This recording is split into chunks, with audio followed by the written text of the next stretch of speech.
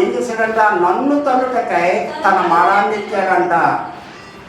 ఆయనతో పాటు భోజనం చేసిన వ్యక్తి, ఆయనతో కూర్చున్న వ్యక్తి, ఆయనతో కలిసి దేవుని పరిచయంలో పాల్గొన్నటువంటి వ్యక్తి, ఆత్మీయంగా ఉన్నప్పుడు, దేవుని సన్నిధిలో సాగినప్పుడు, దేవునితో కలిసి పినివేసుకున్నప్పుడు ఎలా ఉన్నాడంటే, దేవుని రాజ్య వ్యాప్తి కొరకు ఈ ఇస్కరియోతు యోధా అనేటువంటి వ్యక్తి తన బలాన్ని, తన ధనాన్ని, తన జ్ఞానాన్ని ఉపయోగించిన వాడుగా ఉన్నాడు. ఎప్పుడైతే సాతానికి తన హృదయంలో చోటిచ్చాడో తన మనసు ఏమైందంటే మారినదిగా ఉంది. మనస్సు మారినదిగా ఉంది. దేవుని పనిని పక్కన పెట్టాడు, దేవుని ఆలోచన పక్కన పెట్టాడు, దేవుని ఉద్దేశాన్ని పక్కన పెట్టాడు.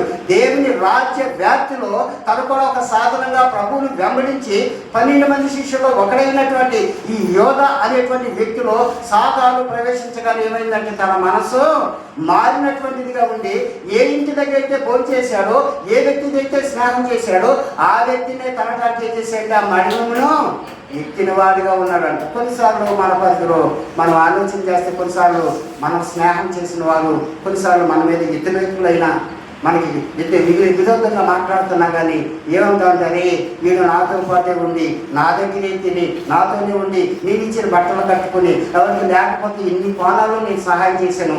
ఈ దినం చూస్తే వాడు నాకు ఎగానిస్ట్ అయినటువంటి వాడు పక్షాన్ని వెళ్ళి నా మీద విరోధంగా ఏం చేస్తున్నాడు, వ్యాజ్యం వాడుతున్నాడని కొన్ని సందర్భాల్లో మనకు ఎదురైన పరిస్థితులను బట్టి మనం కూడా ఏం చేస్తామంటే, బాగా ప్రేమించి మనతో స్నేహం చేసినటువంటి వ్యక్తులు మనకు విరోధంగా తలంచిన, విరోధంగా మాట్లాడిన, విరోధమైనటువంటి పరిస్థితులు చేసినప్పుడు ఇలాంటి సందర్భాన్ని మన ముందు కూడా తెచ్చుకుని ఆలోచించి బాధపడేవారిగా ఉంటాం. అక్కడ ప్రభువుని అప్పగించేటువంటి వ్యక్తి ఎవరు అని ఆలోచన చేసినట్లయితే ఆయనతో పాటు ఉన్నటువంటి ఈ యోధ అనేటువంటి వ్యక్తి ఏం చేయబోతున్నాడంట, అప్పగించడానికి సమయాన్ని ఎదుగుతున్నాడంట. చూడండి, లోకస్ వార్త 22:4 గనుక వాడు వెళ్ళి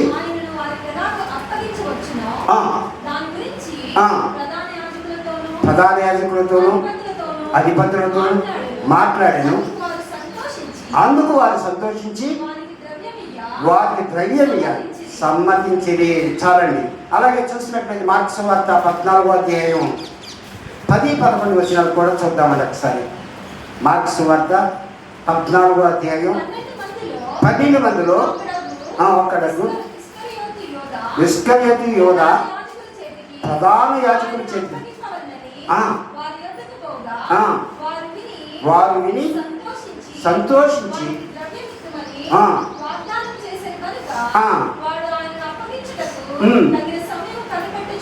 చాలండి, తగిన సమయం కనిపెడుతున్నాడంటే ద్రవ్యం మాట్లాడుకున్నాడు. ఆ ద్రవ్యం తీసుకోవడానికి ఏం చేశాడంటే అతను ఒక ప్లాన్ చేసుకుని ఏం చేస్తాడంటే ఆలోచన చేసిన వాడుగా ఉన్నాడు. తన ఆలోచన అంతా ఏంటంటే ఏమైనా సరే ఈయన అప్పగించాలి, నాకు రావాల్సినటువంటి ద్రవ్యాన్ని నేను సొంతం చేసుకోవాలి. ఎందుకు ఈ మనసు వచ్చింది?